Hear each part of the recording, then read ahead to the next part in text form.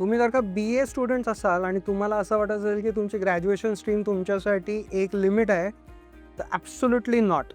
हा व्हिडिओ पूर्णपणे बघा आणि तुम्हाला कळेल की तुमच्या स्ट्रीमसाठी कुठले कुठले ग्लोबल करिअर आणि ग्लोबल अपॉर्च्युनिटीज अवेलेबल आहे.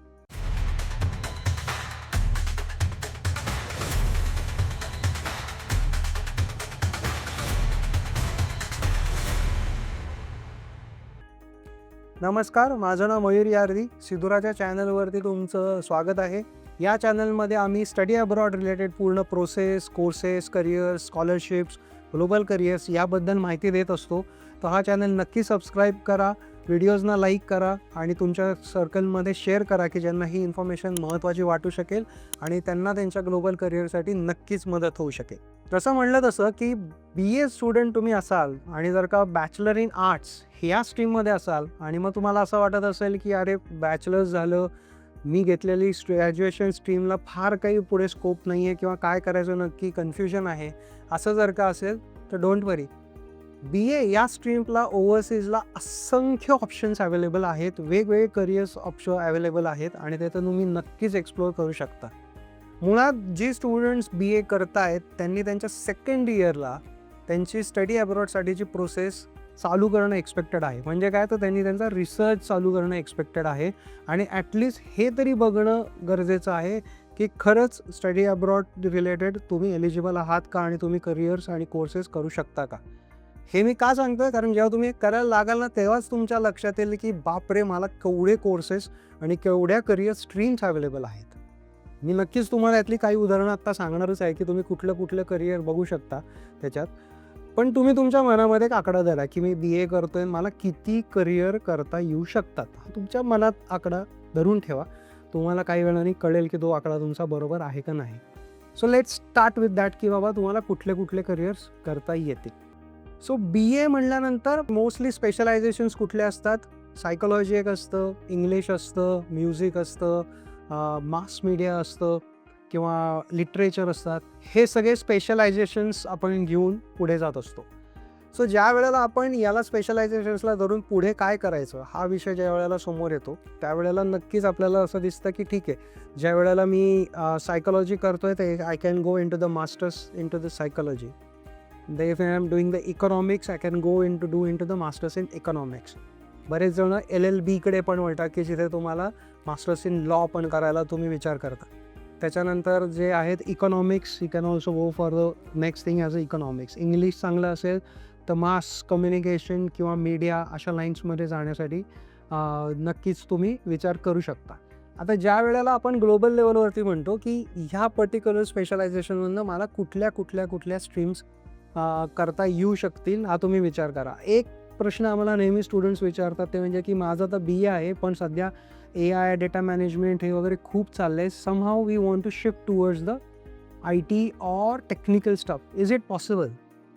सो हे नक्कीच पॉसिबल आहे. जर का तुम्ही BA करत असाल तर तुम्हाला डेटा मॅनेजमेंटसारख्या स्ट्रीमकडे येणं शक्य आहे की जिथे तुम्ही डेटा चांगला हँडल करता आणि त्या डेटामधनं तुम्हाला पुढे कुठल्या गोष्टी करायच्या आहेत, त्यातनं काय एक्स्ट्रॅक्शन करायचं आहे हे जर का तुम्हाला छान जमत असेल तर नक्कीच तुम्ही मास्टर्स इन डेटा मॅनेजमेंट ह्या कोर्सला नक्कीच जाऊ शकता. त्याच्यानंतर एक वेगळ्या स्ट्रीम्स असतात, त्याच्यामध्ये तुम्ही ॲडव्हर्टायझिंगकडे येऊ शकता, मीडियामध्ये येऊ शकता, PR ॲक्टिव्हिटीसाठी येऊ शकता, इव्हेंट मॅनेजमेंटसाठी येऊ शकता, स्पोर्ट्स मॅनेजमेंटसारख्या ठिकाणी येऊ शकता की जिथे तुम्हाला BA सायकोलॉजी अँड स्पोर्ट्स हे कॉम्बिनेशन उत्तम चांगलं होऊ शकतं. त्याच्यात अजून एक कोर्स जो आहे तो केन्सिओलॉजी म्हणून कोर्स आहे की जो तुम्हाला स्पोर्ट्स आणि सायकोलॉजीला धरून तुम्ही पुढे जाऊ शकता.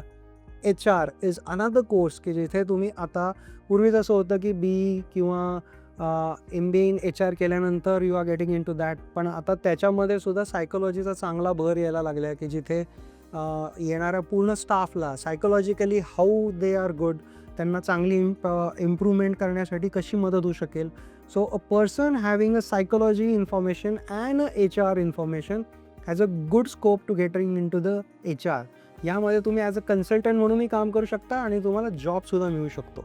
सो स्पोर्ट्स मॅनेजमेंटमध्ये सुद्धा तसंच आहे. You can work with the players, you can work with the team की जिथं तुम्ही त्यांच्या सायकोलॉजीबरोबर काम करता, त्यांना अंडरस्टँडिंग देता, तिथं त्यांचा परफॉर्मन्स वाढू शकतो. किंवा आता एन्झायटी असते खूप की बाबा खरंच जमेल का नाही जमेल. आणि आता स्पोर्ट्स हे खूप वाढायला लागलं आहे. तुम्हाला माहितीच असेल की स्पोर्ट्स ही एक अशी गोष्ट आहे की in a way AI proof आहे. लाईव्ह खेळता तुम्ही.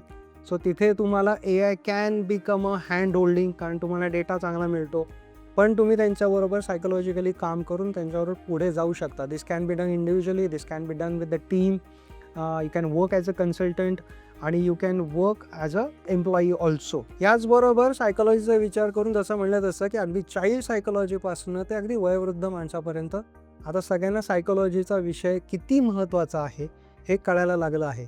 मी सायकोलॉजिस्टकडे जातो म्हणजे मला काहीतरी त्रास झाला आहे किंवा मला काहीतरी रोग झाला आहे असं नाही आहे, पण मला त्याची मदत लागते आणि त्या मदतीने मला पाहिजे त्या गोष्टी मी अचीव्ह करू शकतो. अशा लेवलला आता लोकांचं अंडरस्टँडिंग वाढायला लागले आणि हे प्रत्येक इंडस्ट्रीमध्ये यायला लागलेलं आहे. सो तुम्ही त्याच्यामध्ये जाऊ शकता. लिटरेचर हा विषय जसा तुम्ही घेताय, English, if you have the command over English and a combination of AI, तुम्ही इतका सुंदर कंटेंट समोर बाहेर आणू शकता. कारण हा कंटेंट आज डे इन डे आऊट प्रत्येकाला लागतोय. मी काय करतोय, मी आत्ता कंटेंटच तयार करतोय. सो प्रत्येकाला हा कंटेंट लागणार आहे. सो तो कंटेंट कसा आणायचा, चांगला कसा आणायचा, त्याचा उपयोग कसा होईल, त्याच्यावरती तुम्ही काम करू शकता. त्याचबरोबर ह्युमन सायकोलॉजीवरती तुम्ही अभ्यास केला असेल तर त्याचा उपयोग करून तुम्ही ॲडव्हर्टायझिंगमध्ये पण जाऊ शकता की तिथे तुम्हाला कस्टमर सायकोलॉजी कळते की बाबा काय करता येईल, कसं करता येऊ शकेल. तिथं तुम्ही तुमच्या लर्निंगचा उपयोग करू शकता. ह्या अशा वेगवेगळ्या आणि असंख्य स्ट्रीम्स आहेत.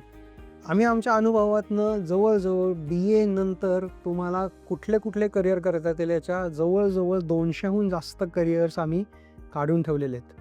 आय होप तुम्ही जो आकडा पहिल्यांदा मनात धरला होता तो याच्याजवळ नव्हता. खरं उत्तर तुम्हालाच माहिती आहे, तो तुम्ही तुमच्याबरोबर ठेवा. पण हे करत असताना असंख्य करिअर, खूप गोष्टी आहेत. May be there is a confusion की अरे काय करायचं. सो त्याच्यासाठी obviously you need a understanding on a one on one level की तुम्हाला नक्की करिअरमध्ये पुढे काय करायचं आहे, कशा पद्धतीने तुम्हाला ग्लोबल करिअर करायचं आहे. If you need that information you can get in touch with us. We can help you understanding that on a one on one level. त्याच्याशी रिलेटेड डिटेल्स खाली डिस्क्रिप्शन बॉक्समध्ये आहेत. So you can get in touch with that. With this ज्या countries आहेत वेगवेगळ्या की जिथे तुम्ही हे जाऊन करू शकता, मग ते UK आहे, आयर्लंड असेल, दुबई असेल, जर्मनी असेल.